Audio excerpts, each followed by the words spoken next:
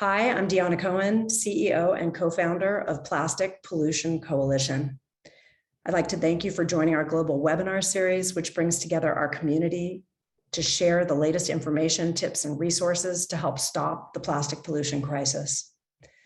Welcome today to our February webinar, Don't Look Down, How Misinformation and Science Denial Obscure the Global Plastics and Climate Crisis. Just a little about us. Plastic Pollution Coalition is a growing global alliance of more than 1,200 organizations, businesses, and thought leaders from 75 countries working to educate, connect, and advocate for a more just, equitable world free of plastic pollution and its toxic impact. Okay, to get us started, we have 4 poll questions that we'd like to ask our audience to get a better idea of who is joining us today. We're going to share those now. Poll question number 1. Where are you joining us from today? It looks like the majority of folks joining us are joining us from Europe, mainly from North America and from Europe, as well as Australia, the Caribbean, Central America. Thank you all for joining. Poll question number 2. What best describes the industry where you work?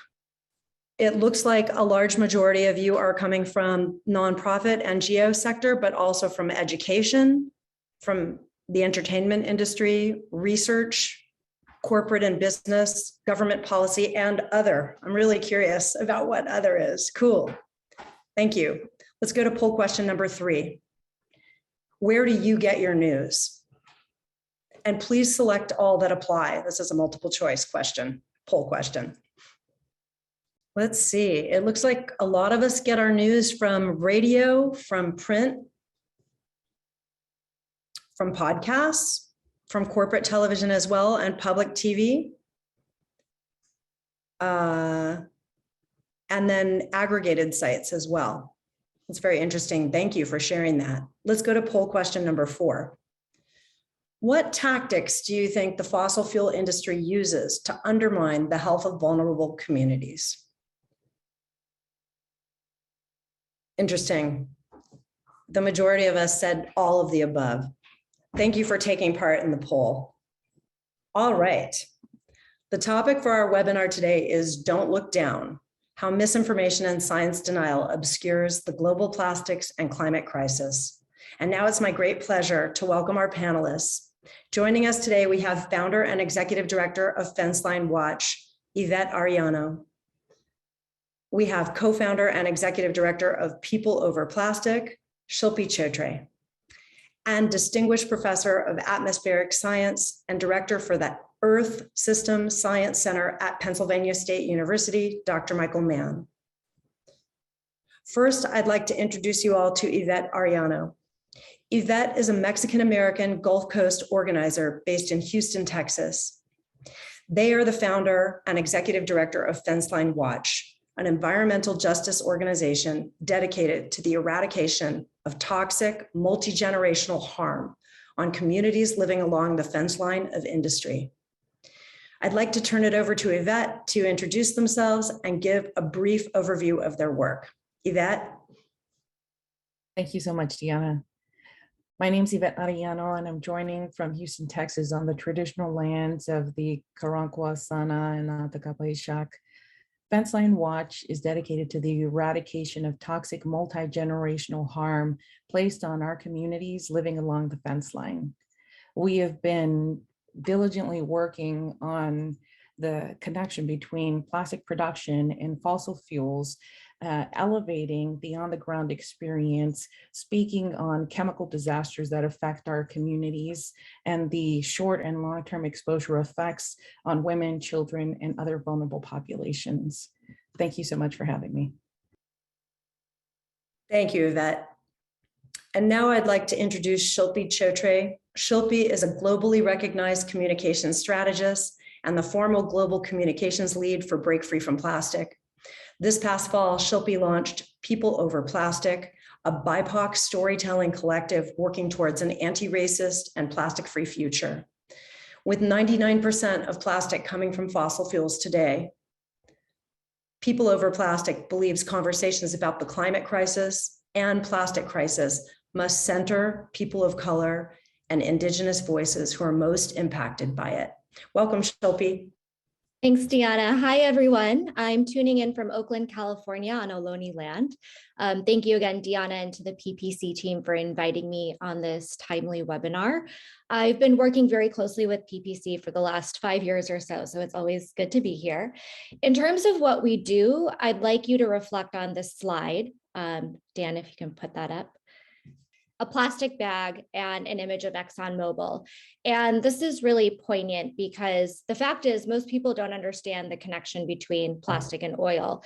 Perhaps a surprise for some is that Exxon actually created the plastic bag in the 1950s and it was commercialized in the 70s. And we've never really looked back, right? So it's become so prolific, and instead of a sign of convenience, it's a sign of oppression for a lot of communities of color around the world. So we're really dedicated to shifting the narrative on how we view plastic and also create culturally relevant platforms for BIPOC voices to be at the forefront of the discussion. So in addition to listening to the scientists, which is so important, we must also listen to people with lived experience and value that type of knowledge. Thank you, Shilpi. And finally, let me introduce Dr. Michael Mann. Dr. Mann is a distinguished professor of atmospheric science and director of the Earth System Science Center at Penn State. His research focuses on climate science and climate change. He is co-founder of realclimate.org, author of more than 200 peer-reviewed and edited publications, numerous op-ed and commentaries, and 5 books. His latest book, The New Climate War, exposes how 71% of global emissions come from the same 100 companies, but fossil fuel companies have taken no responsibility themselves. Instead, they have waged a 30-year campaign to blame individuals for climate change. The result has been disastrous for our planet. Welcome, Dr. Mann. Thanks so much, Diana. It's great to be with you and the others here today. I am a scientist, a climate scientist. I'm a professor here at Penn State University, but I'm also very passionate about communicating the science of climate change to the public and to policymakers, and in talking not just about the scientific dimensions of the problem, but the ethical and political dimensions of the problem as well. And today we'll have a chance to talk about how we have these common villains when it comes to the global plastic pollution problem and the climate problem, the climate crisis. In both cases, we're dealing with decades-long disinformation campaigns by the petrochemical industry and the fossil fuel industry that have been aimed at discrediting the science, fooling the public, diverting attention away from the need for real policy solutions. And so we'll have a chance to talk about all of that today, but it's a real pleasure to be part of this conversation because there really is this very important nexus between these two major global crises that we face today, the global plastic pollution crisis and the climate crisis. And in both cases, again, it's the same villain who's involved, polluting industries that have waged a decades-long disinformation campaign to fool us and to fool policymakers about the nature of the crises that we face. Thank you, Michael. So let's talk about false narratives. And we had a discussion prior to this, to getting together on the webinar, and we thought that we might start out by showing our attendees the infamous crying Native American ad, which we're going to play now. And then we'll discuss.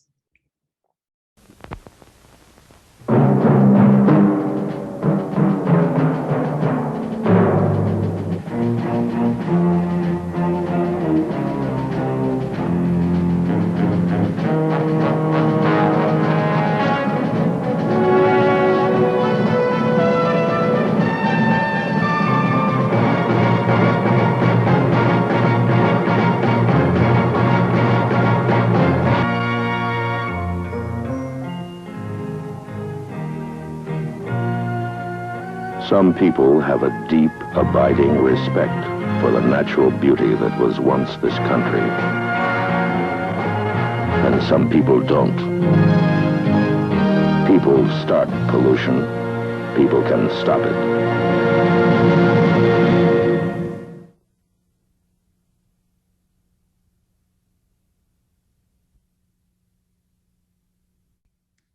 Well, there you go. Thank you. Keep America beautiful. So let's take that into our first question to get started. What false narratives is the fossil fuel industry using, particularly in this ad, but in general, that the public should be looking out for? Yeah, thanks. I grew up watching that ad. I believe it aired on the first anniversary of Earth Day in 1971. And I was 6 or 7 years old. And I remember it feeling like this empowering, commercial that sort of was raising awareness about the threat to our environment and that we could do something about it. And now, with the benefit of hindsight, I realized that we were all sort of personally violated by this commercial because it was actually part of a massive disinformation campaign. It was not, even though there were some co-sponsors, some environmental NGOs that signed on initially, but then they backed out because they realized they'd been had. This was actually a propaganda campaign that was hatched on Madison Avenue by Coca-Cola and the beverage industry. They wanted to defeat the bottle bills that were coming up in various states, a systemic solution to this growing crisis, a policy solution that would actually do something meaningful about the problem, but it would hurt their bottom line. It would hurt their profits. They would be forced to process the returned bottles and cans. So instead, they engaged in this massive propaganda campaign aimed at convincing us that we didn't need policies. We didn't need bottle bills. We just needed to be better individuals. It was on us. This is called a deflection campaign. And the fossil fuel industry today has run with that same playbook. And that's why you hear so much about these things we should all do, right? We should all, try to minimize environmental impact, changing our diet, traveling less, doing all those things that we can do to decrease our environmental impact, to decrease our carbon footprint. But what we can't allow is for polluters to convince us that that's all that's necessary, that that's somehow a substitute for the systemic changes that we need: subsidies for renewable and clean energy, carbon pricing, blocking new fossil fuel infrastructure, all of these things that we can't do as individuals. We need our politicians to do them. We need our politicians to act on our behalf, to put in place the policies that are necessary to achieve the massive decarbonization of our world that's necessary to avert catastrophic warming. So that, that's, and thanks to the crying Indian, it's called the crying Indian commercial, of course, crying Native American, but it wasn't even a Native American. The actor who played the supposed Native American was actually an Italian American. That was, so even at its most superficial level, there was subterfuge in this advertising campaign, but there was actually very deep subterfuge. It was attempting to undermine our efforts to stem this crisis before it was fully realized. And thanks to the crying Indian ad and that disinformation campaign, we've got the global plastic pollution crisis, the ocean plastic pollution crisis, and we have the climate crisis. Right, Michael, thank you. Yvette, Shilpi. Yvette, do you want to? Yeah. Well, one, it really focuses on individual actions, and a big part of the work that we're all doing is changing that narrative, right? Is making people see that industry wants us to focus on our individual capacities. I stopped buying the plastic water bottle, right? I need to recycle. I need to do this and that. But what happens afterward? You know, let's say everyone takes personal responsibility and says, let's all recycle. The infrastructure isn't there. The fossil fuel industry has completely undermined what that even means by creating terms like chemical recycling, where in fact, you're grabbing all these plastic bottles that people are assuming are gonna be reused in some way and burning them into fuel. Why? Because plastic is composed of fossil fuels. So that's that connection that we need to make, is why is industry not trying to invest in infrastructure to improve things like recycling so that plastics manufacturers are incentivized to use the plastics that are already sitting in the landfill, right? So instead of saying, I need to recycle, we need to change that around and say, you need to stop making new plastics and use what's in the landfill. So that to me is pretty much an overall goal of conversations like these, is lifting the shroud and making sure that we hold industry accountable for a narrative that they created. Yeah, and just to reflect on what Dr. Mann and Yvette said, is they're absolutely right. We know that less than 9% of plastic has actually been recycled since the 1950s, yet industry keeps pushing this as a solution. And so many of us are incredibly frustrated by this because it's in the data, it's in the numbers, but we're still seeing, you know, false solutions like chemical recycling, incineration. This is just shifting the problem to another area. If it goes into the air, it's going to come back into the soil, into our water. Here's a tip. If you look at the bottom of your plastic packaging, a yogurt container, a bottle, those numbers inside the chasing arrow symbol actually matters. It's generally a 1 through 7. Most curbside municipal recycling do not take 3 through 7. That is the majority of the recycling out there. So we really need to move to the point where we're banning low value materials that cannot be recycled because of its impact during production that Yvette will talk about, but also its end of life. I have been to many countries around the world, including South Asia, Southeast Asia, and we see Trader Joe's packages. There are no Trader Joe's in Jakarta. You know what I mean? So we really need to think about what we're doing domestically in terms of our communities here, but also overseas. The US is outsourcing about 60% of our waste to foreign markets. That's often the backyards of our colleagues. So this is definitely a global infrastructure challenge, and we create the change to progress forward, like Dr. Mann said, through sound policy, and I would add culture change as well. Those are great, full-bodied answers, you guys. Thank you. I was just reflecting on, I've seen that commercial many times and grew up with it as well, and just reflecting on how it's so clever. There's a well-done piece called A Beautiful Evil Strategy, which we have on the Plastic Pollution Coalition website, if anyone's interested in doing a deeper dive and understanding the strategy that industry used when they created that ad and founded Keep America Beautiful. But to me, the more I read about it and the more I learn, it makes me feel that what I see is that it was a very clever play to move the responsibility from industry and the polluters onto the public, and make us feel guilty and bad and think that we just need to recycle better, and that is the solution to all things plastic pollution, which in fact we know it's certainly not. So I think that all of this conversation segues perfectly into the next question that I have for you guys, which is, what efforts has the fossil fuel industry gone to divorce climate and plastic? And can we name some of those false narratives? Yvette.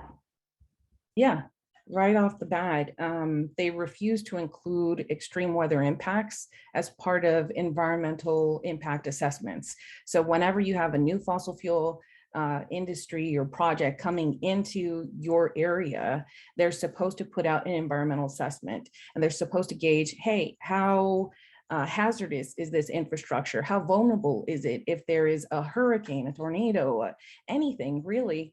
a freeze like what we experienced in Texas this time last year. And those aren't gauged appropriately. In fact, environmental impact assessments rely off of normal day settings. So take a nice sunny day and base everything else off of that sunny day. I'm sorry, but we don't have sunny days every day. Sometimes we freeze, and now more than ever, we're experiencing extreme climate impacts. So everything from freezes to flooding to hurricanes, and depending on the region that you're in, you're gonna have very unique situations. That's one way that they undermined public impact or public participation, and on top of that, public health. The second one I always love elevating is language barriers. So many of our communities are not English dominant speaking communities, and we need to embrace that as the country that we are and encourage communication in languages like Spanish and Vietnamese to be provided. We already see it at the voting booths, folks. You know, why is it that we can't encourage these fossil fuel industries to provide that information over potential projects to the communities they're going to affect, and have them include, hey, what are the health impacts? On the day-to-day, what is the health impact if you do have an explosion because all pipes leak? And then why don't you let me know what's the best evacuation route, right? What way are your employees going to go, and what ways can I safely go with my family? So improving that kind of communication is never an effort that the fossil fuel industry takes. That's a community approach. Those are the types of requests that we make on a grassroots level. Thanks for the question, Deanna. Sure. I turn it to Shilpi as well. Could you talk to the efforts that you've observed that the fossil fuel industry has gone to divorce climate and plastic? I mean, it's in everything that they do. I know, one of the things that really strikes me as super corrupt are industry front groups. So when you hear things like the American Chemistry Council getting involved, like everyone's ear should really be magnified, because these are groups like Exxon, Dow, and DuPont that are fueling the climate crisis and the plastics crisis as well. And what they do is they go into states like Texas, where Yvette is, where there is strong voter oppression, and they make sure things like banning the single-use plastic bag or the bottle, we call it preemption in policy terms, to make sure it doesn't happen, so that it's illegal to actually put those laws into practice. So I think, there's a lot of money poured into these sort of lobbying activities. So it's very much tied to policy. And it goes Sorry, into— Shilpi, I'm interrupting for 1 second. You're Yes. talking about preemptively banning bans. Yes. Okay, I just want to be clear. Yeah. Yeah, and it's a struggle, especially for many communities of color, because they put so much time and resources into things like banning a bag, which is choking their only source of drinking water, for instance. And Laredo, Texas is a perfect example, where there's the Rio Grande River. But the ACC had come into play and made it basically impossible for them to move forward with these bans. And they are fueled by these huge oil companies. So it's all kind of the same bill. And I think, Dr. Mann, you said that in your opening. So yeah, Mike, I wonder if you have some reflection on this question as well. I know it's a big question, but yeah. No, I agree with everything that's been said so far. And indeed, the role of these fossil fuel industry front groups has been fundamental in both of these disinformation campaigns, in the plastic pollution disinformation campaign, the climate disinformation campaign. It's the same actors. It's the fossil fuel companies that fund these various front groups. But as they have found themselves under increased public scrutiny, ExxonMobil and other fossil fuel companies in recent decades, what we've seen is that they claimed that they were no longer funding these organizations, but they're actually simply sort of putting the money through dark money outfits and laundering their support for these front groups. So they can now hide it because of the Citizens United decision by the Supreme Court. They're able to hide all that money, and organizations folks like the Koch brothers, these sort of plutocrats who have funded these same organizations. If you look at the Koch brothers, they are the largest privately, well, it's actually the Koch brother now because David Koch passed away a couple of years ago. Charles Koch still remains, and they have put more funding into climate disinformation than many of these fossil fuel companies have, and they are less subject to public scrutiny. It's easier for them, again, to hide that funding, but they are the largest privately held petrochemical interest in the country, and they are a fossil fuel entity as well. They make much of their money through refining of fossil fuels. And so, it's the same individuals. It's literally the same plutocrats like the Koch brothers who have funded sort of the disinformation about plastic pollution and the disinformation about, about climate change. And through organizations like ALEC that they help fund, they have blocked efforts to actually deal with these problems at the state level. They have blocked efforts to move away from single-use plastic. They have blocked efforts to move away from fossil fuel energy. And right now, they are seeking to undermine our very democracy. The Koch brothers have put more money into disinformation, for example, to confuse the public about the COVID crisis. And part of that is to sort of create chaos and to damage the current administration in their efforts to deal with this crisis, so that they can, try to win back Republican control of Congress and the presidency to implement their deregulatory agenda. So they're literally trying to undermine our democracy now. What we see play out in real time on our televisions every night, that is largely coordinated and funded by the same interests, by the Koch brothers and other plutocrats like them, and the Mercer family, et cetera. And so, not only are they responsible for the plastic pollution crisis and the climate crisis, they're responsible for the crisis in our democracy today.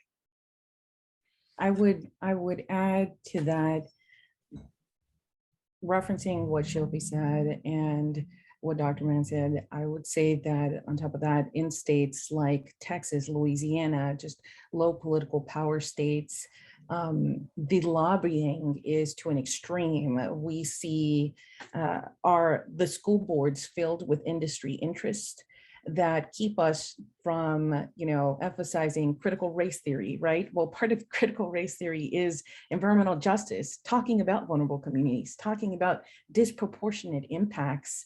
So that creates an entire culture of indoctrination in oil and gas held states, right? Because you're going to get less days focused on climate change, you're going to get less days focused on environmental degradation and pollution, and more days in your science courses, K through 12, talking about how the future of energy is, really reliant on fossil fuels, and it's something that we can't divorce from. Whenever we look at cities like Corpus Christi, El Paso, we're talking about communities that lack water. Our water resources are depleting across the world, right? We see massive investment from fossil fuel industries in desalination production, and that all that's going to do is make local water very unaffordable for local populations. But what they're not saying is the lack of water in the area is brought on by their own activities, right? And then lastly, I would say the discreditation of scientists and the scientific integrity.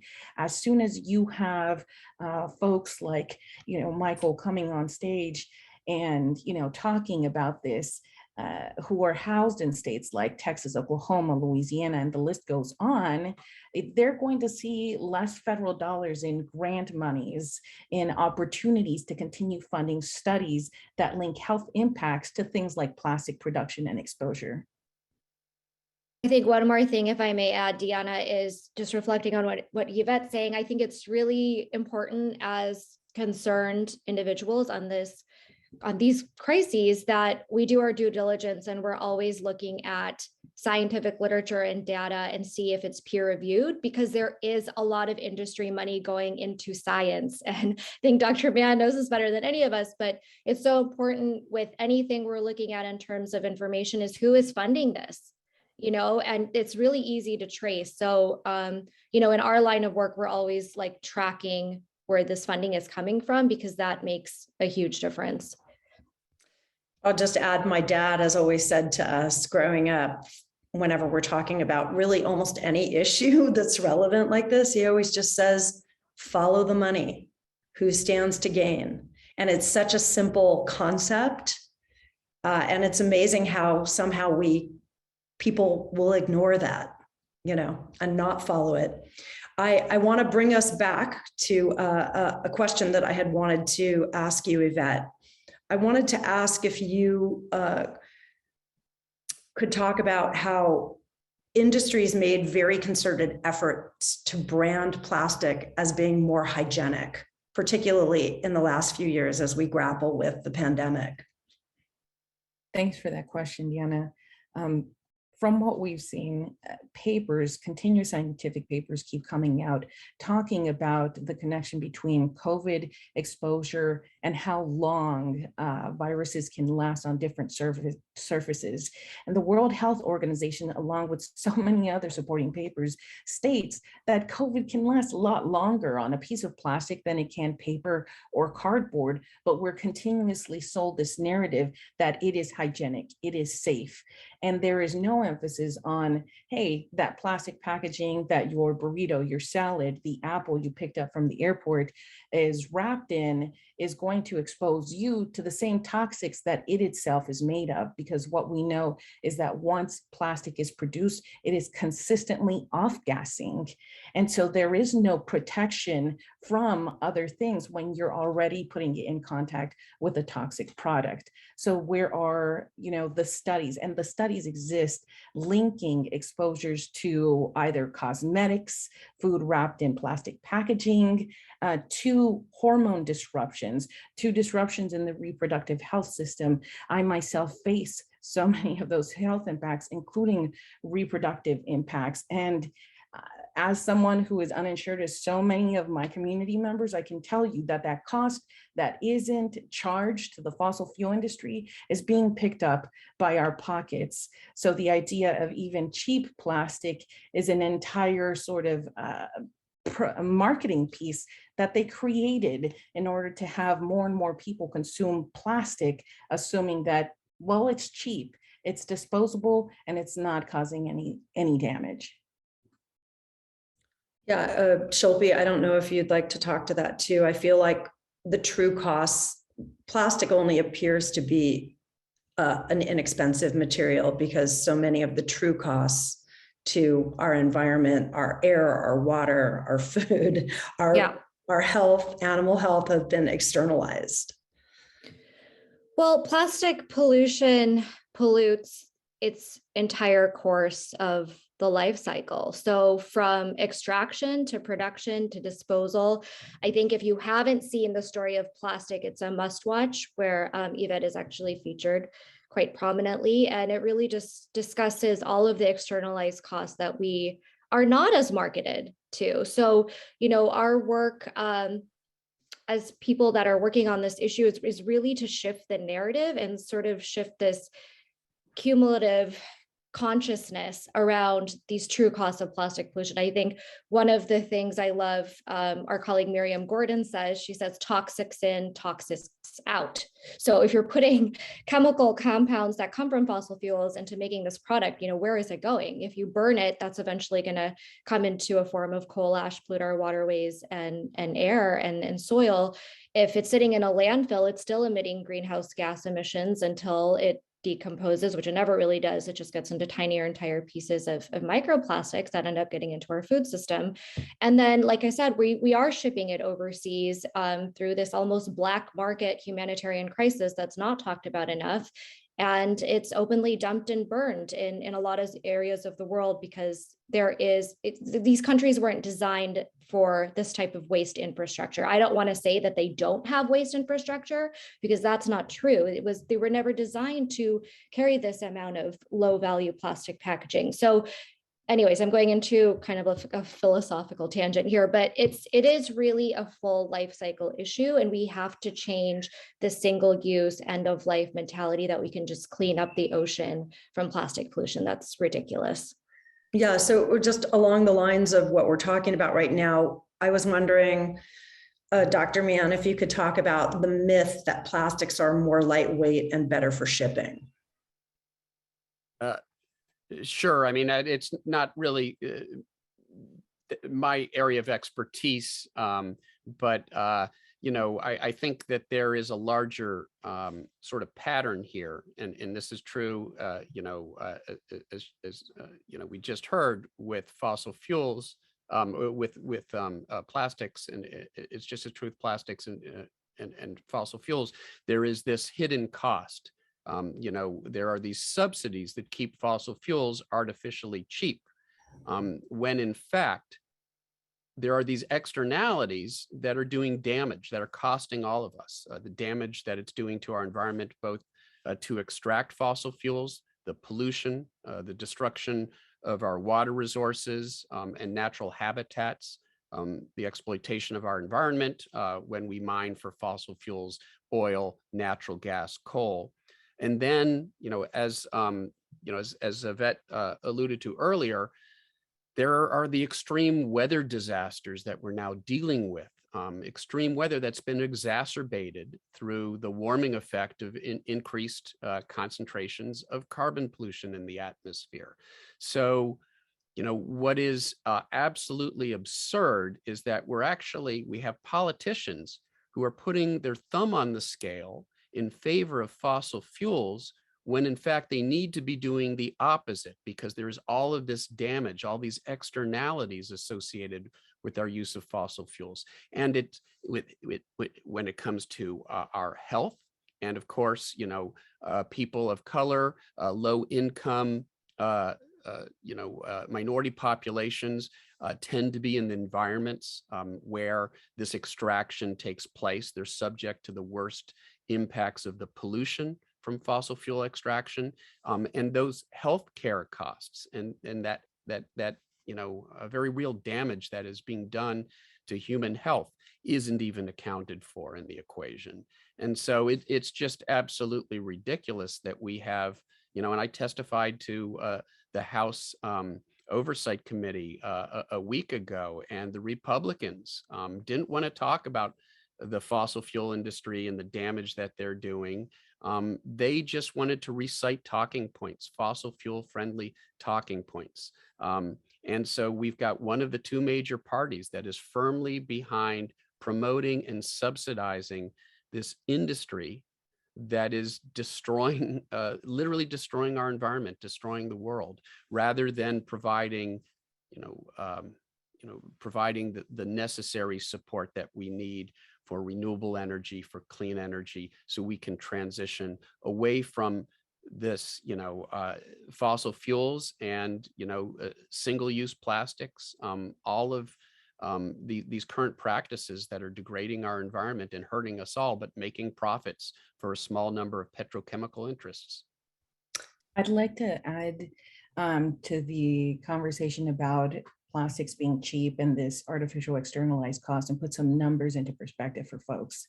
So just so you know, states like Texas have caps over penalties. Those penalties being cited because of environmental regulations. So a flaring event, a massive dumping of pollutants into the air that you're exposed to. That cap is $25,000 per day of environmental violation. Now let's look at some of those other numbers. In 2018, we experienced 4,590 emissions events, and only 57 of those were fined. The fines totaled out to cost the general public, this is an artificial price, 6 cents per pound of pollution. So for every pound of pollution released that our children that are already vulnerable populations are exposed to, that's 6 cents. One emergency room visit averages about $1,200. Let's say a chemical disaster just happened and you need to find out whether you have a cancer-causing butadiene or cancer-causing benzene inside of your system. One test to find out if there's benzene in your system is $300. Now you can do the math if you have a family of 4 or a family of 5. That doesn't account for the missed days of work from any sicknesses, from any cutting off of major highways. So you're unable to evacuate because there's a shelter in place lasting days on end. That's not accounting for contamination of the waterways or the long-term health impacts, medication costs in emergency room visits, or the increased COVID vulnerability that we experience. So just to put that into perspective, and if you want to know what one emissions event can result in, we had a massive one that released about 14,881 pounds. So for those of you who are really math loving folks, multiply that by 6 cents and you can get a penalty out of that. And for folks who are very interested in just like, what does that cost the city to shut down massive pieces of infrastructure? For the city of Houston, the ports shutting down is about $1 million a day. So who is picking up the cost of all of these different tabs? Because $25,000 in violation cost per day just isn't it. Mm. Deanna, I might have one more thing to add because I don't think it was mentioned. And I learned this from Yvette, but petrochemicals that industry is looking for a new home with the societal shift to renewables, because there has been this general awakening around climate and the need to shift to renewables, which is great. But petrochemicals, in terms of where they're going to put their next move is plastic, is single-use plastic. I think it's the second biggest market for them.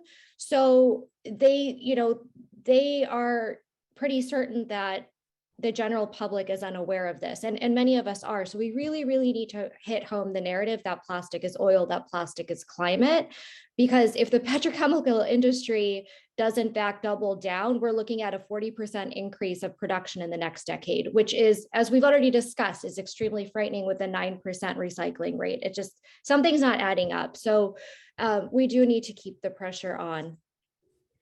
So I'm going to keep track of time right now, you guys. And one of the questions that a lot of people are asking is, how do individuals meaningfully, fight or work against the powerful corporations and their disinformation and reckless pollution campaigns? So I'd love maybe a shorter answer from each of you. Who wants to go first? Okay, Michael.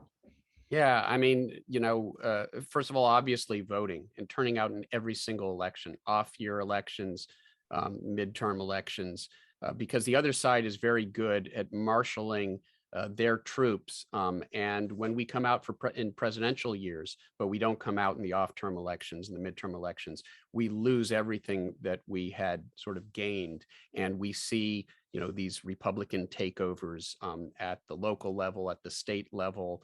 We see redistricting and gerrymandering that locks us out of, a representation in future elections. And so it's really important, obviously, to turn out to vote and to make sure everybody that who is of voting age turns out to vote as well in every single election. But that's just one way that we use our voice. Our vote is our voice, but we have this voice that we can use in every other way. And we've seen that these demonstrations and marches in recent years, the youth climate movement has really sort of shifted the needle. It's really moved the needle. It's put a lot of pressure on polluters. They find it very difficult to assail young folks. There is this sort of moral authority and purity in their message. And so we need to back them up. We need to make sure, they've sort of got a foot in the door, but we now have to walk through that door, and we have to make sure that their efforts aren't wasted. So using your voice in every way possible, writing letters, showing up at, town committee hearings. The other side is working hard to do that, and they're trying to take over our government at every level. We need to be out there defending our government, because if we don't have a functioning democracy, we're not going to be able to address any of these issues. Thank you, Michael. I'd like to call on you, Shilpi, to talk to Sure. this. Thank you. Yeah, I can go quickly. I think voting, absolutely yes. Something I learned from colleagues as of late is that the fossil fuel industry is relying on bank infrastructure. So banks like Chase, Wells Fargo, they are funding fossil fuels, and so are government subsidies. So yes, the voting piece is huge in terms of who we influence in the power of government, but we can stop funding fossil fuels if we can cut the supply of the bank. So, I talk about this a lot with people over plastic, but can you take a Saturday afternoon and switch to a community-led bank or credit union? So we're really demonstrating, again, our wallet power to a systems change approach. Because yes, I think we use the reusable water bottle, we skip the straw, we say no to Starbucks, whatever. That's great. We should be doing all those things, but we really need to get to the systemic kind of infrastructure piece. So I do think the banks are an interesting opportunity for us to kind of go as a collective and say, we're done. Thank you, Yvette. And then I'd like to ask another question really quickly after you, Yvette. Got it. So I'm going to start off with what you can do as an everyday person, and then just ramp it up, because everybody should engage at different levels, whatever level you feel most comfortable with. One is support the Break Free from Plastic Pollution Act. It was reintroduced, and it is very, very rich in solutions. It offers solutions to removing language barriers from communities who aren't getting this information, like all of you viewing today. It puts a pause on new fossil fuel infrastructure. It encourages the use of reusable plastic, so everything's not brand new. It combats chemical recycling. It sets new recycling standards. But yeah, most importantly for us who are experiencing those health impacts from the production side, it stops the consistent production. So we need to turn off the tap if we're really trying to tackle this crisis. You can also support things like the Environmental Justice Act for All, which encourages cumulative research analysis so that communities get the real information over the real impacts. I know someone mentioned the Global Plastics Treaty, and you can go on, I'm pretty sure, any one of our sites. Feel free to visit fencelinewatch.org and sign that plastics treaty that so many folks, including Plastic Pollution Coalition, put so much work in. And then for folks who are on the ground near a fracking site, a pipeline, actual facility, an export terminal, if you're by the ocean, fight those permits.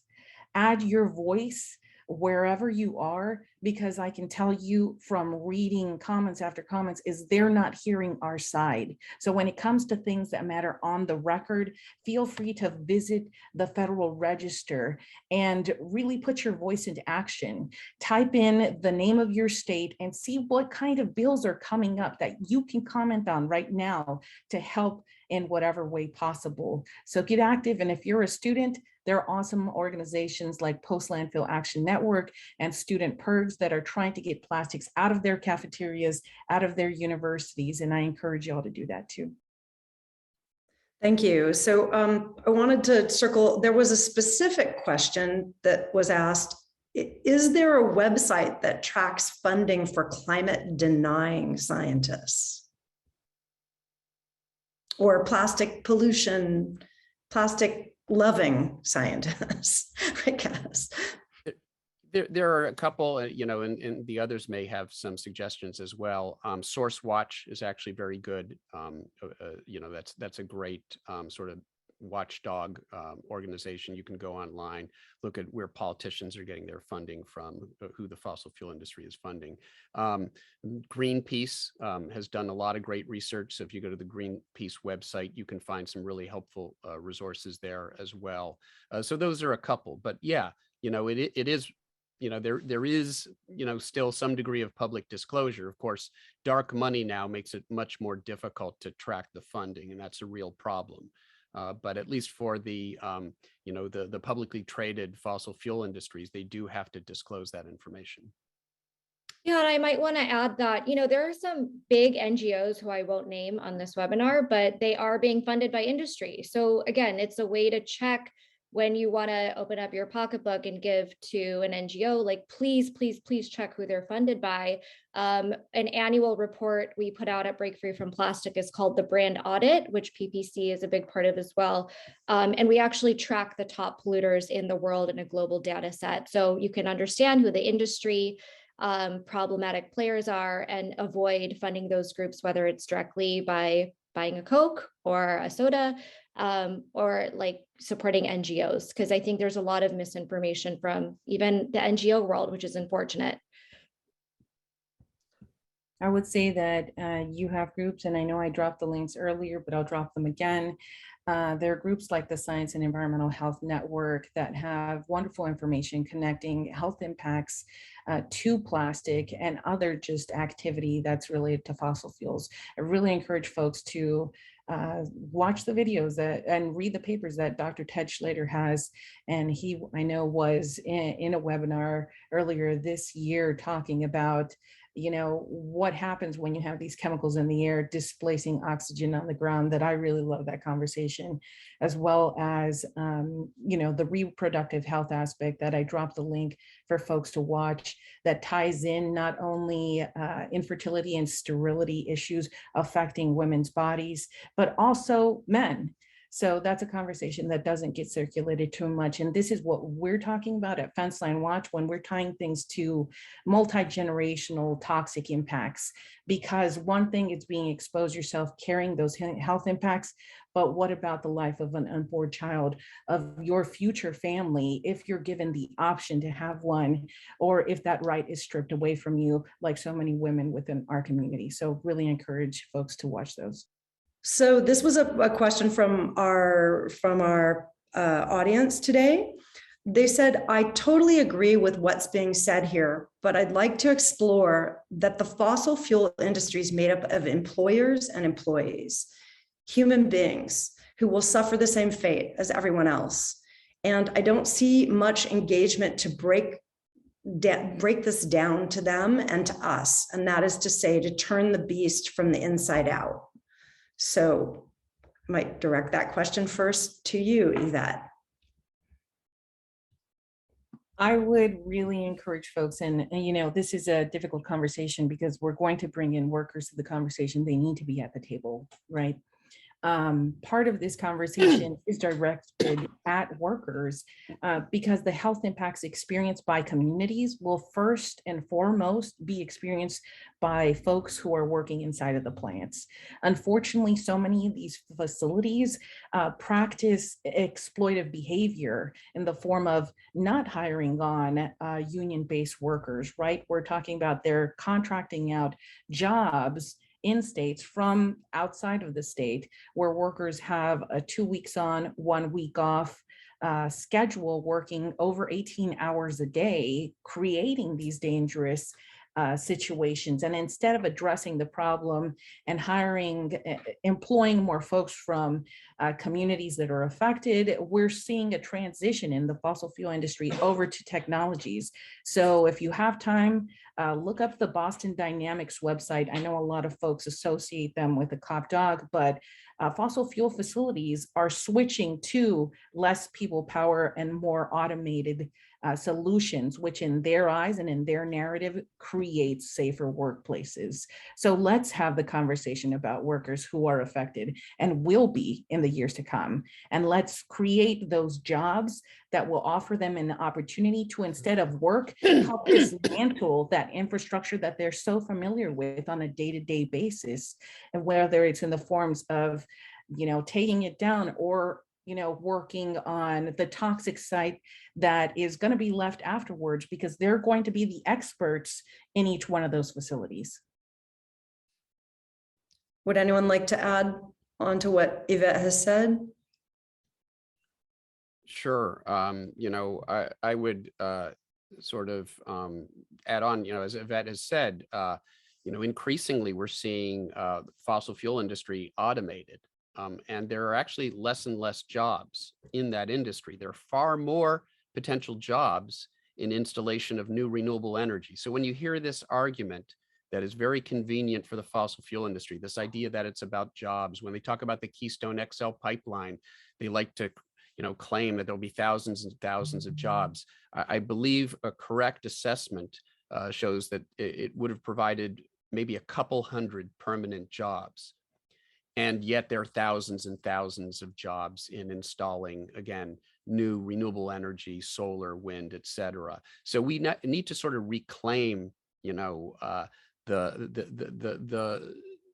moral high ground when it comes to the discussion of jobs, because we can actually clean the environment and provide clean, safe jobs at the same time. It isn't a choice between the two, as polluters would like us to think. It's a win-win if we move away from fossil fuels towards clean energy. Thank you. Shilpi? Yeah, I would just like to add that the Green New Deal is a great example of a comprehensive package that addresses all of this. They really address the labor side, the social justice, the human impact, the job side, and a lot of the data that Dr. Mann was saying, it's used to leverage a pro-renewables world where everyone is taken very much into consideration, and they're building the message because they're at the table. So that's a great example of a policy to support and look out for. So here's my next question for you all. What are your thoughts about the Ecocide campaign, which aims to make environmental destruction the fifth crime against peace at the International Criminal Court? In the environmental justice conversations that have been held for decades, we've continuously pushed on trying to get environmental degradation understood as a human rights issue, because we're impacted on so many levels, and like I said before, in a multi-generational way. So we are completely excited to welcome more interventions like these at the international level to recognize the full cost and impact of what plastics production actually brings. I've long said that, that fossil fuel interests and polluters are engaged in something that's even worse than a crime against humanity. It's a crime against the planet. It's a higher category of crime that's being done against our global environment. And so I embrace that sort of reframing. We have to call out the villains for what they are. Yeah, and I really follow the lead of our Indigenous colleagues in something like this, where they really support a law that's called the Rights of Nature, which is similar to this, where we recognize that an ecosystem has the right to exist and it doesn't separate humans from the environment. So I agree with so many of the things that the other panelists said. So I'm going to ask a question that I actually meant to ask right at the beginning of the whole webinar. And I'd love to hear all of your feedback about it, but maybe we'll start with Dr. Mann. I was wondering, what does the title of this webinar, Don't Look Down, have to do with the film title, Don't Look Up? And what are the connections? Yeah, thanks. It took us this long to actually get around to it. But it's such a powerful metaphor, the film, for those of you who've seen it. And if you haven't, you should definitely see it. It's a great film. It's funny, but it's got a very serious message as well. The frustrations that we all feel that, we're literally watching this crisis unfold in real time. And yet we have politicians and polluters burying their heads and denying, that the comet is coming towards us. And so, I sort of like the don't look down framing when we talk about the oceans, right? We're actually looking down at the oceans and they're warming up and they're being polluted. And to too great a degree, we're allowing politicians to continue to ignore that. And so that's, I hope that the film sort of, it wasn't so subtle that it didn't, perhaps bring on board folks who have thus far not been convinced that we really are facing a crisis. to sort of reframe it in a way that gets them to think outside the box, to think about it a little bit differently. You know, yeah, it is sort of like this comet that's coming towards us, and we're pretending it doesn't exist. We're in denial. So, you know, it's a great metaphor. All metaphors are imperfect, and people have criticized, oh, well, it's, you know, not really scientifically accurate. That's not the point of the film.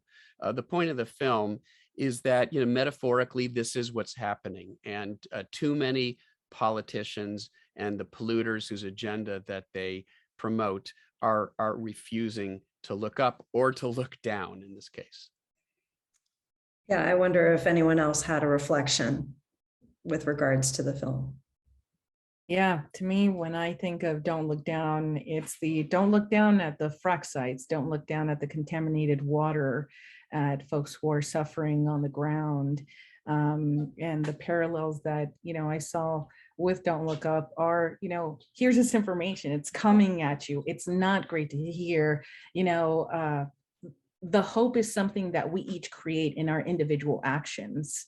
And so if we move in alignment with each other at these different points of intervention, whether it's getting a congressman or a senator to support the Break Free from Plastic Pollutions Act, to an organization to sign on to the Global Plastics Treaty that maybe you volunteer at, each one of us can create that hope that we're so searching for.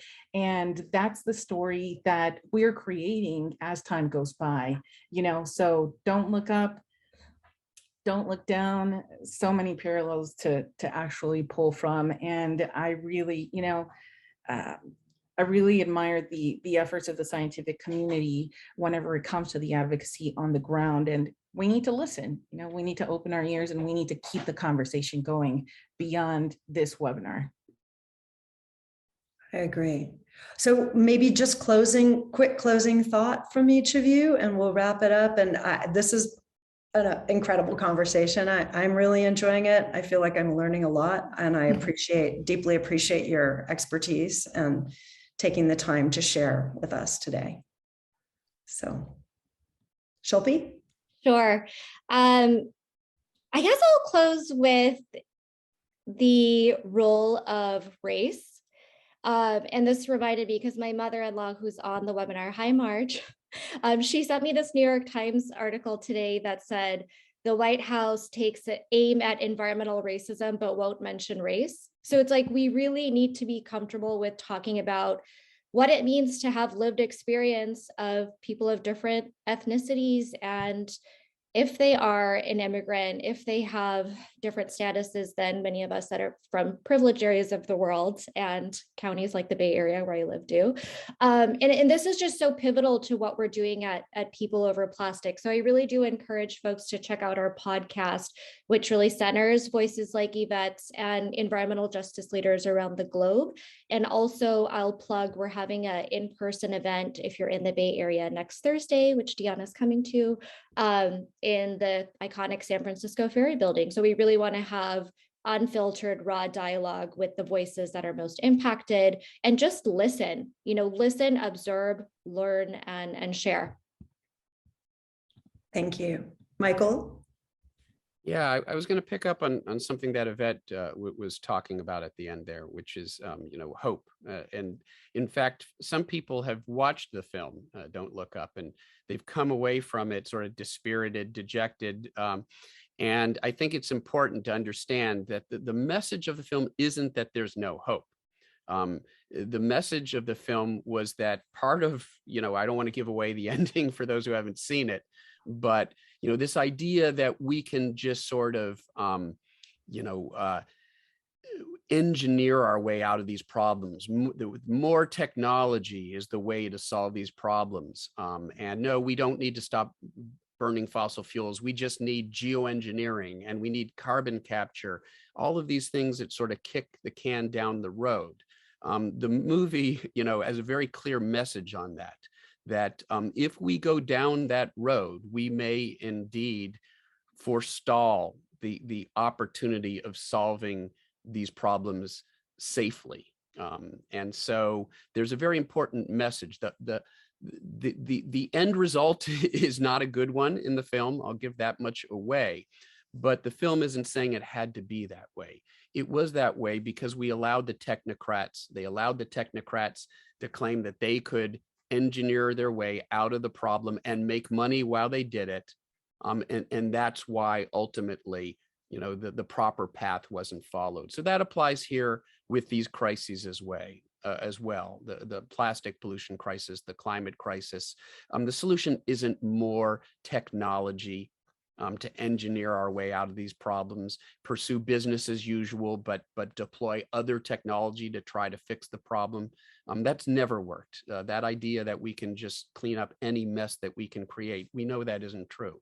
So what we have to recognize is that there's urgency here, as I like to say, but there is agency. There is still time to solve this problem safely and smartly. It's really simple.